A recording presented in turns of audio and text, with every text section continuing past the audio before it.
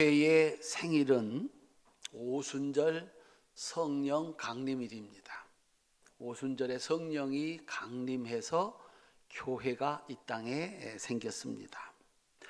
종교개혁 기념주일이 있습니다.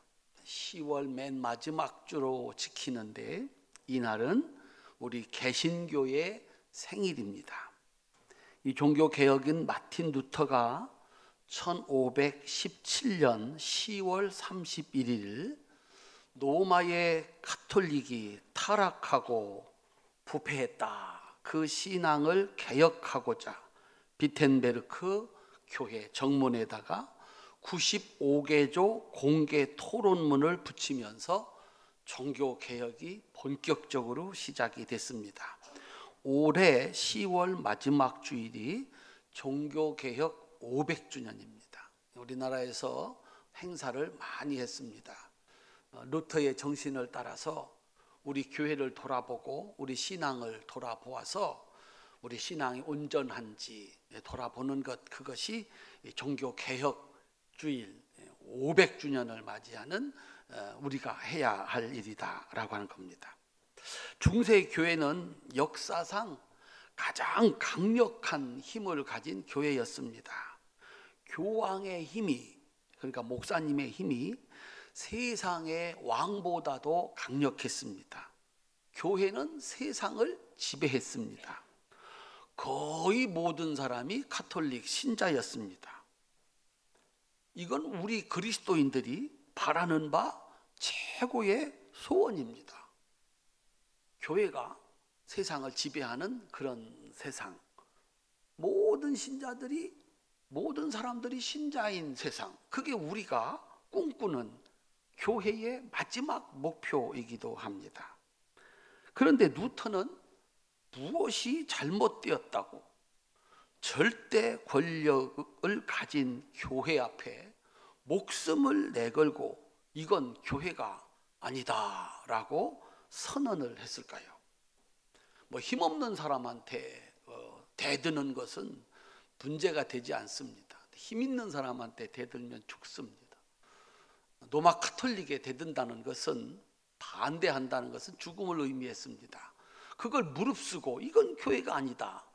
루터가 종교개혁 정신으로 내세운 것이 세 가지입니다. 오직 성경으로, 오직 은혜로, 오직 믿음으로, 이 세 가지였습니다.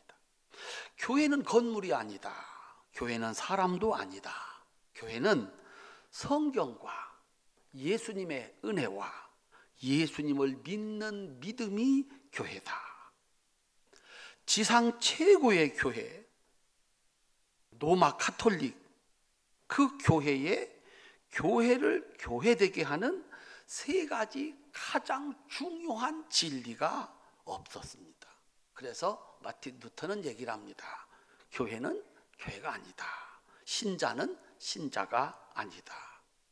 문제는 하나님께서 이걸 인정하셨다는 것입니다. 그리고 500년 동안 축복하셔서 이 개혁자들이 세운 교회가 로마 가톨릭을 물리치고 세상의 중심이 되도록 하셨습니다.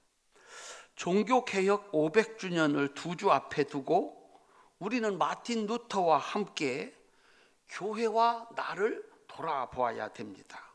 우리 교회는 진짜 교회인가? 나는 진짜 신자인가? 마틴 루터는 세 가지를 얘기를 했습니다.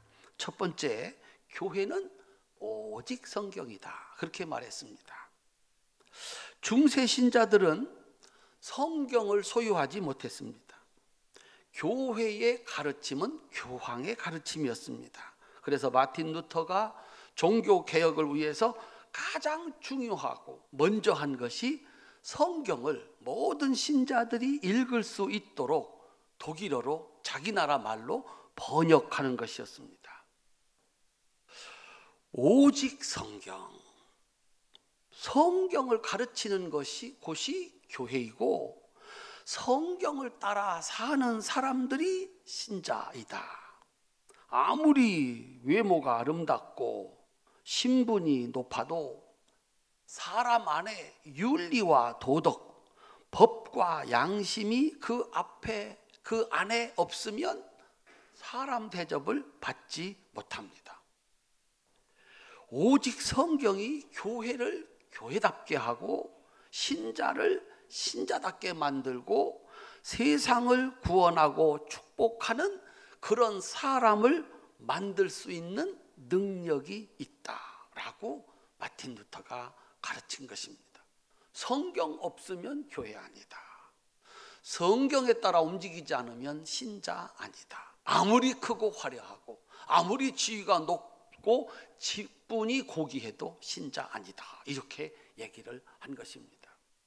그렇습니다. 교회는 성경을 가르치는 곳입니다. 신자는 성경을 배워서 그 성경의 가르침을 따라 사는 사람을 신자라고 합니다.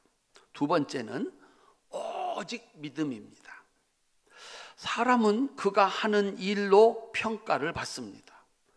사람의 일생은 자신이 가치 있다고 믿는 그 일에 일생을 바치는 것입니다. 성경에서 노아는 120년 뒤에 이 땅을 멸망시킬 홍수가 있을 것이라고 하는 하나님의 말씀 들었습니다. 오늘날로 말하면 성경에서 설교를 통해서 은혜를 받았습니다. 120년 뒤에 이 세상을 멸망시키는 홍수가 있다. 노아는 120년 동안 열심히 일해서 그가 얻은 소득을 다 쏟아부어서 방주를 지었습니다. 이 방주를 짓는 것이 자신과 자신의 가족을 살리는 가장 가치 있는 일이라고 믿었기 때문입니다. 그래서 노아는 그 일을 위해서 아낌없이 일생을 바쳤습니다. 예수님의 제자들은 아버지와 배와 그물을 버리고 예수님을 따르는 일이 가장 가치 있는 일이라고 믿었습니다. 예수님을 만나고 나서 가차없이 배도 그물도 아버지도 버리고 예수님을 쫓았습니다. 25세의 처녀 순교자 루비 캔드릭은 1000개의 목숨이 있다면 그 모두를 조선을 위해서 바치겠다 그랬습니다. 그리고 그녀는 하나밖에 없는 자신의 목숨을 예수님이 그토록 원하셨던 구원의 길을 위해서 미개한 땅 조선에다가 바쳤습니다. 오직 믿음, 그겁니다. 이것이 가장 가치 있는 일이다 믿고서 그 일에다가 일생을 바치는 것입니다. 오늘 본문에 등장하는 로마서로 그리스도인이 된 이 바울의 신자들을 통해서 우리들은 예수를 믿고 그 예수를 위해서 산다는 것이 무엇인가, 그리스도인이란 무엇인가 라고 하는 것을 우리는 알게 됩니다. 로마서는 예수님의 33년의 삶, 예수님의 십자가의 죽으심이 나하고 무슨 상관이 있나? 예수님의 33년의 삶과 십자가의 죽으심이 어떻게 나를 구원하나, 그 원리를 설명한 책이 로마서입니다. 그 결론이 그리스도인을 만든 것입니다. 오늘 본문에 등장하는 사도 바울의 신자들, 이 사람들은 사도 바울의 가르침을 따라서 그리스도인, 기독교인이 된 사람들입니다. 이 사람들은 자신들이 일을 해서 모은 돈으로 사도 바울이 하는 일을 돕습니다. 그와 함께하고 그를 위해서 삽니다. 2절, 그들은 바울의 보호자가 되었습니다. 4절, 사도 바울을 위해서라면 목숨이라도 내놓았습니다. 6절, 교회의 성도들을 돌보기 위해서 아낌없이 수고를 했습니다. 9절, 바울과 함께 일하는 동역자가 되었습니다. 13절, 마치 어머니가 자식을 돌보듯이 이 사도 바울을 돌보았습니다. 어머니처럼 돌봤습니다. 왜 그랬을까? 그들은 그것이 세상에서 가장 가치 있는 일이라고 믿었고 그 일생을 그 일에다가 바쳤다라고 하는 것입니다. 사람의 행동을 일으키는 것은 그것이 가장 가치 있는 일이라고 믿는 믿음입니다. 마치 돈을 모으는 일에 일생을 바치는 사람들이 있습니다. 안 씁니다. 법도 어깁니다. 다른 사람을 것을 빼앗기도 합니다. 이 사람들은 돈을 많이 모으는 것이 가장 가치 있는 일이라고 믿기 때문에 그런 일을 합니다. 높은 자리에 올라가는 것, 그곳에서 존경받는 것이 가장 가치 있는 일이라고 믿는 사람들이 있습니다. 이 사람들은 수단과 방법을 가리지 않고 높은 자리로 올라갑니다. 어떤 집안은 3대째 직업군인으로 나라를 지키는 일, 군대 안 가려고 어떤 사람들은 이런 핑계 저런 핑계를 다 대는데 그 집은 할아버지도 군인, 아버지도 군인, 손주도 군인. 이것이 가장 가치 있는 일이다, 그렇게 믿기 때문에 남들이 하지 않는 그 일을 합니다. 사람 하나 구하려고 불길로 뛰어드는 소방관들, 이 일은 세상에서 가장 가치 있는 일이다. 그런가 하면 요즘은 길 잃은 강아지, 버려진 강아지, 이 유기견들을 이렇게 돌보는 것이 아주 가치 있는 일이라고 믿어서 자기의 소득을 개 사료를 사가지고 개를 이렇게 돌보는 것을 최고로 가치 있게 여깁니다. 어떤 그 걸그룹의 그 유명한 리더는 유기견들을 돌보는 게 가치 있는 일이다. 그래가지고 거기 가서 일하다가 남편을 만나고 요즘에는 제주도에서 산다, 이런 얘기도 있습니다. 가끔 방송에서 이해할 수 없는 일들을 우리가 보게 되는데 세상에 천하의 쓰레기를 다 모아다가 집에다가 쌓아놓고 사는 사람도 있습니다. 자기 누울 자리도 쓰레기에게 양보를 해가지고 집안을 쓰레기로 가득 채우는 사람도 있습니다. 왜 그럴까요? 이것이 세상에서 가장 가치 있는 일이라는 거예요. 구청에서 나와서 치웁시다, 안 된다는 거예요. 이걸 모아놔야 된다는 거예요. 이 정신적으로 이상한 거죠. 그것이 세상에서 가장 가치 있는 일이라고 믿기 때문에 그렇습니다. 바울의 신자들은 왜 바울의 사역을 위해서 기꺼이 자신의 모든 것을 바쳐서 돕는 것일까? 따라합시다. 이것이 가장 귀한 일이다. 가장 가치 있는 일이다. 그렇게 믿음이 있었기 때문에, 그래서 바울을 위해서라면 내 목숨도 바칠 수 있다. 왜냐하면 이것이 내가 할 수 있는 가장 가치 있는 일이다 라고 믿기 때문에 그렇습니다. 그들에게 믿음은 바울이 예수님 대신이고 하나님 대신이다, 그걸 믿었습니다. 그래서 바울을 돕는 것, 바울을 위해서 일하는 것이 하나님의 일이고 예수님의 일이고 세상에서 가장 가치 있는 일이라고 그들은 믿었습니다. 따라합시다. 오직 믿음. 이것이 로마서를 통해서 만들어진 신자들이 가지고 있었던 믿음입니다. 바울이 예수님 대신이다. 바울을 위해서 일하는 것은 주님의 일이다. 예수님은 제자들에게 이 원리를 이렇게 설명을 했습니다. 요한복음 13장 20절입니다. 우리 같이 한번 읽어보겠습니다. 화면 좀 띄워주시겠습니까? 함께 읽겠습니다.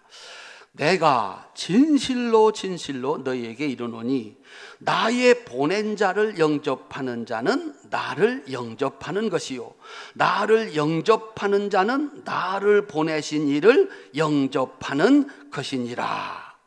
아멘. 따라합시다. 오직 믿음. 그리스도인은 이것을 믿는 사람입니다. 사도 바울 신자들이 바울을 예수님 대신으로 믿었습니다. 쉬운 일이었겠습니까? 바울이 예수님 대신이다. 내 일생을 바울을 위해서 바울과 함께 일하는데 바치는 것은 주님을 위해서 일하는 것과 똑같다. 쉬웠겠습니까? 갈라디아서 4장 14절 함께 읽겠습니다. 너희를 시험하는 것이 내 육체에 있으되 이것을 너희가 업신여기지도 아니하며 버리지도 아니하고 오직 나를 하나님의 천사와 같이 또는 그리스도 예수와 같이 영접하였도다. 아니, 바울이 어떻게 예수님 대신이야, 하나님 대신이야, 웬만해야지. 도저히 받아들일 수 없는데 그들에게 믿음이 있었습니다. 하나님의 천사와 같이 그리스도 예수와 같이 영접을 했다. 예수님의 제자들은 예수님을 하나님 대신으로 믿었습니다. 이분은 하나님의 아들이다. 이분을 위해서 일하는 것은 하나님을 위해서 일하는 것이다. 쉬운 일이 아니었습니다. 이사야 53장 2절 3절 함께 읽겠습니다. 그는 주 앞에서 자라나기를 연한 순 같고 마른 땅에서 나온 줄기 같아서 고운 모양도 없고 풍채도 없은즉 우리의 보기에 흠모할 만한 아름다운 것이 없도다. 쉬웠겠습니까? 33살짜리 목수, 배운 적이 없는 가난한 사람, 우리 형님, 그분이 하나님의 아들이라 믿어지시겠습니까? 그래서 그분의 말씀은 하나님 말씀이니, 성가대가 찬양한 대로 그 말씀은 영원한 말씀이니 그 말씀을 따라 순종하는 것이 가능했겠습니까? 그런데 제자들은 따라합시다. 오직 믿음. 예수님은 하나님 대신이다. 바울은 예수님 대신이다. 그러니 그의 말을 들어야 하고 그를 위해서 일할 수 있다.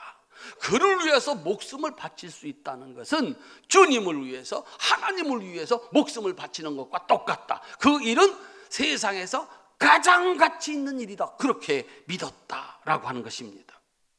세 번째, 따라합시다. 오직 은혜. 로마서의 성도들은 바울을 예수님 대신으로 믿고 예수님께 드리는 충성과 헌신을 드렸습니다. 이것은 신비로운 은총, 하나님의 선물이었습니다. 어떻게 그게 믿어지느냐 이거죠.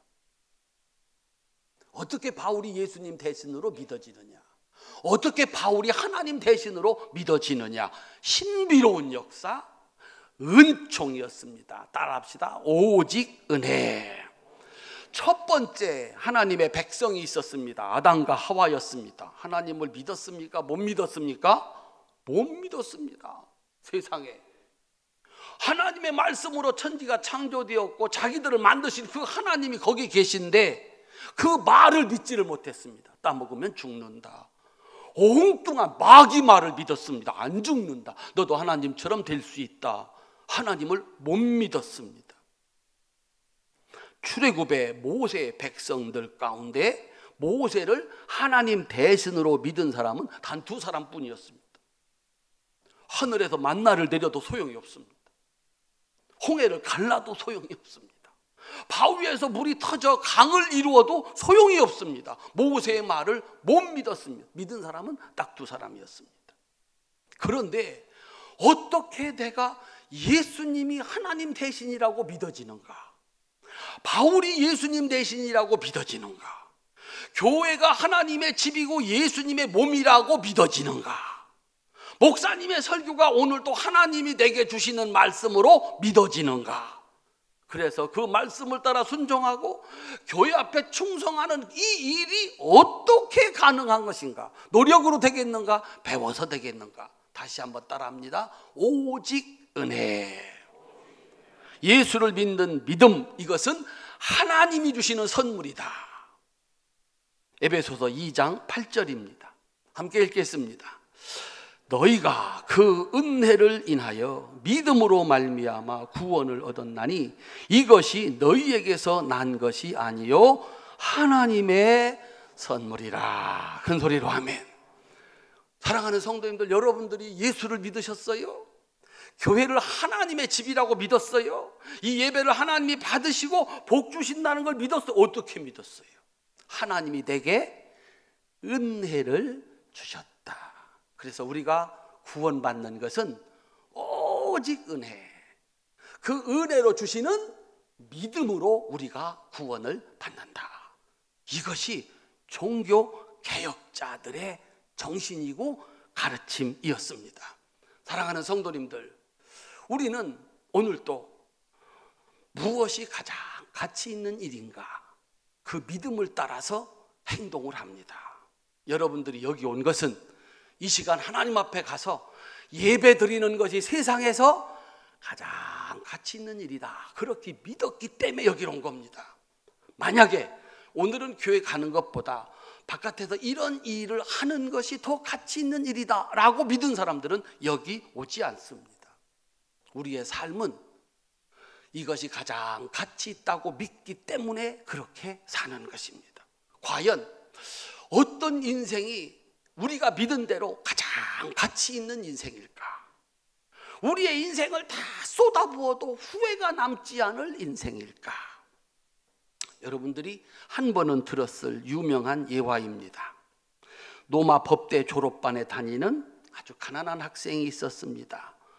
졸업을 앞두고 등록금이 없었습니다. 그래서 당시에 부자였던 필립 넬이라고 하는 노인에게 가서 도움을 요청했습니다. 그랬더니 그 노인이 학생에게 물었습니다.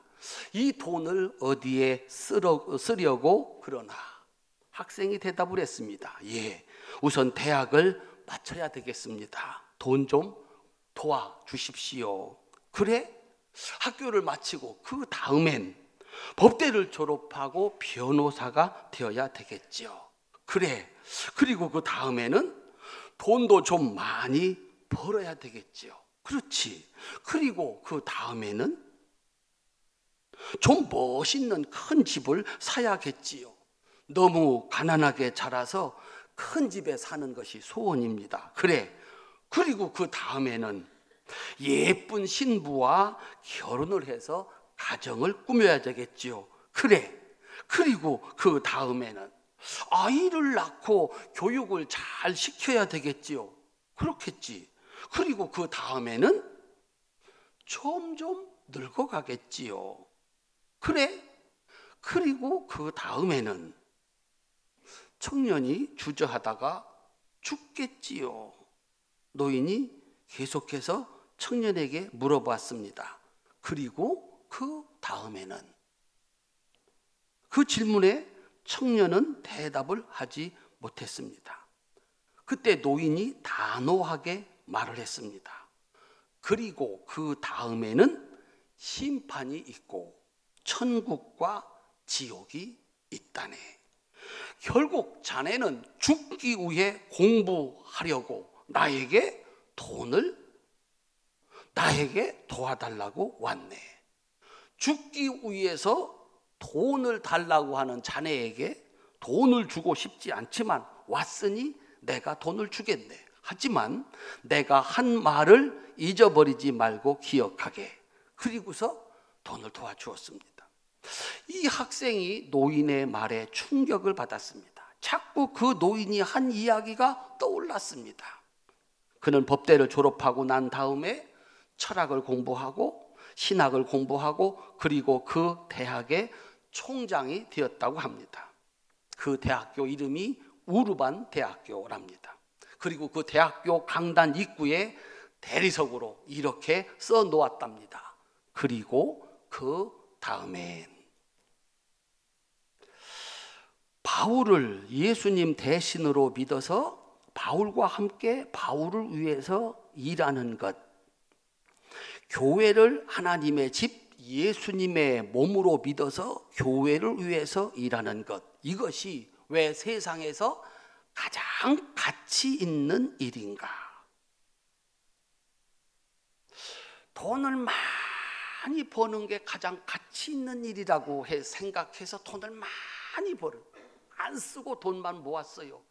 그것이 무슨 가치가 있는지 잘 생각을 해보면 무슨 가치가 있나? 높은 자리에 올라가서 이 사람 저 사람한테 대접받고 사는 게 이게 무슨 가치가 있나? 길 잃은 개들을 갖다가 잘 보살피는 게 과연 어떤 가치를 가진 것인가? 자식을 키우고 건강을 챙기고 취미 생활에다가 자신의 모든 것을 가치 있는 것으로 믿어 쏟아붓는 것이 과연 어떤 가치를 갖는 것인가? 그 끝은 무엇인가? 교회를 하나님의 집으로 예수님의 몸으로 믿어서 교회를 위해서 일하는 것이 왜 세상에서 가장 가치 있는 일인가? 대답을 해야 됩니다. 그것은 죄인을 의인으로 만드는 일입니다. 자신을 살리고 사람답게 존귀하게 만드는 일입니다. 그것은 세상을 사랑하는 일이고 세상을 구원하는 일이고 세상을 축복하는 일입니다. 어떤 사람들은 이슬람 중에서도 극단주의에 매력을 느껴가지고 여기에다가 내 인생을 쏟아붓는 것이 가장 가치 있는 일이라고 거기 가서 무고한 사람들을 향해서 폭탄을 던지고 총을 쏘아대고 자기 몸에다가 폭탄을 두르고 산화합니다. 여러분 보실 때 그렇게 하면 세상이 좀 달라질 것 같습니까? 그게 정말 그렇게 가치 있는 일이냐? 예수님과 함께 예수님을 위해서 내 평생을 바치는 것은 나를 살리고 사람을 살리고 세상을 살리고 축복하는 가장 가치 있는 일이라고 하는 사실을 믿는 것, 그것이 그리스도인들입니다. 따라합시다. 나는 예수를 믿는다. 예수님이 하나님의 아들이다. 예수님이 하나님이다. 그분의 말을 듣고 그분을 위해서 일하는 것이 세상에 가장 가치 있는 일이다. 복음 전하기 위해서 목숨을 내던졌습니다. 한 처녀가 목숨을 내던졌습니다. 한 사람이 목숨을 내던졌습니다. 거기에서 사람이 살고 나라가 살고 세상이 사는 역사가 일어났습니다. 그곳에는 보상이 있습니다. 국가의 일을 하는 사람을 공무원이라고 합니다. 국가가 책임집니다. 사업을 하는 사람, 땅을 사놓는 사람, 그들은 그것으로 삽니다. 하나님을 위해서, 예수님을 위해서 기꺼이 자신을 드리는 사람들 하나님이 보상하십니다. 그것이 너무 커서 우리는 보상이라고 하지 아니하고 축복이라고 합니다. 사랑하는 성도 여러분, 오늘 우리는 성찬식을 합니다. 성찬식은 성경 말씀에 의해서 예수님과 하나가 되는 것입니다. 따라합시다. 나는 성경을 믿습니다. 성찬식은 예수님과 하나가 되는 것입니다. 예수님과 함께 죽었으니 예수님과 함께 다시 사는 것입니다. 그것이 믿어지는 것이 은혜입니다. 예수님과 함께 죽었고 예수님과 함께 다시 살았으니 이제부터는 예수님과 함께 세상을 구원하고 축복하는 일, 이것이 가장 귀한 일이라고 믿고 그렇게 살겠다는 다짐이고 선언이 성찬식입니다. 그렇게 사는 사람들이 그리스도인입니다. 예수와 닮은 사람들, 예수님이 하시던 일을 마저 하는 사람들. 교회가 크고 역사가 오래되어서 교회가 아닙니다. 성경과 은혜와 믿음이 있어야 교회입니다.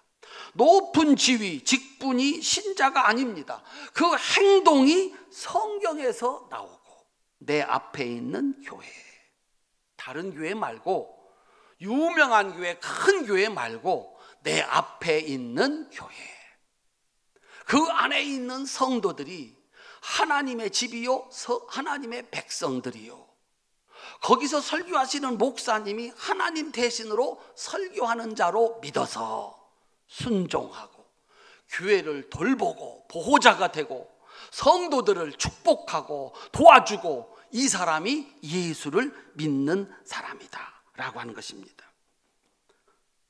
사랑하는 성도님들, 여러분들은 무엇이 가장 가치 있는 일이라고 믿으십니까? 오늘 하루 살면서 우리들은 그 가치 있다고 믿는 일에 우리의 모든 것을 쏟아붓게 되어 있습니다. 오직 성경. 나는 성경을 믿는다. 나는 예수님을 하나님의 아들로 믿는다. 하나님이 주신 은혜, 그것으로 나도 살고 남도 살린다. 그게 종교개혁 신자입니다. 그곳에는 성경 속에 있는 축복이 함께 들어 있습니다. 우리는 돌아올 수 없는 길을 갑니다. 살고 나면 우리의 일생은 그렇게 지나갑니다. 우리 성도들이 순간순간 이것이 가장 가치 있는 일이다 믿고 여러분의 모든 것을 쏟아붓는 그 일이 예수님의 일이 되고 하나님의 일이 되어서 하나님이 보상하시고 축복하시는 은혜가 있으시기를 주님의 이름으로 축원합니다. 다 쏟아붓고 인생을 마칠 때 후회가 남지 않도록 나는 뭐 했나? 이게 맞았나? 내게 남겨진 것은 무엇이지? 그때는 늦습니다. 종교개혁주일 500주년 맞이하면서 내 신앙이 바로 서 있는지, 우리 교회는 바로 된 교회인지 살펴서 우리 성도님들이 오직 성경, 오직 예수님의 은혜, 오직 예수님을 하나님의 아들로 믿는 믿음, 그 믿음으로 사셔서 하나님께서 보상하시고 축복하시고 여러분들이 수고한 그 자리를 후손들이 물려받을 때 대대로 축복이 되는 영광스러운 인생이 되시기를 주님의 이름으로